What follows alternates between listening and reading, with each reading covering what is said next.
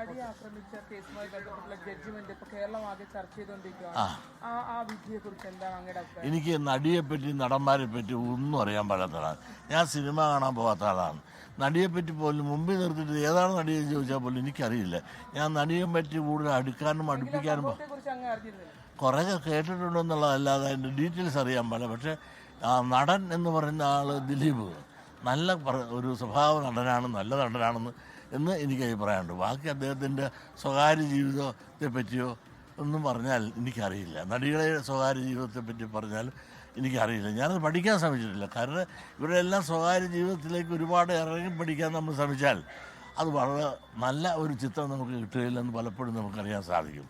അതുകൊണ്ട് വേറെ പണിയില്ലേ, വേറെ എന്തെല്ലാം നല്ല കാര്യങ്ങൾ കൂടി ചെയ്യാനിരിക്കുന്നത്.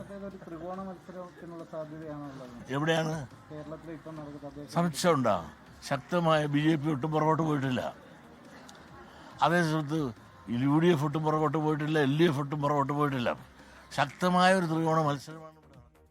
ലോകത്തെവിടെയായാലും ഏത് സമയത്തും 24 വാർത്തകളും ഓഗ്മെന്റഡ് റിയാലിറ്റി പാക്കേജുകളും എക്സ്പ്ലെയിനറുകളും വിശദമായി കാണാൻ ഞങ്ങളുടെ YouTube ചാനൽ നിങ്ങൾക്ക് സബ്സ്ക്രൈബ് ചെയ്യാം.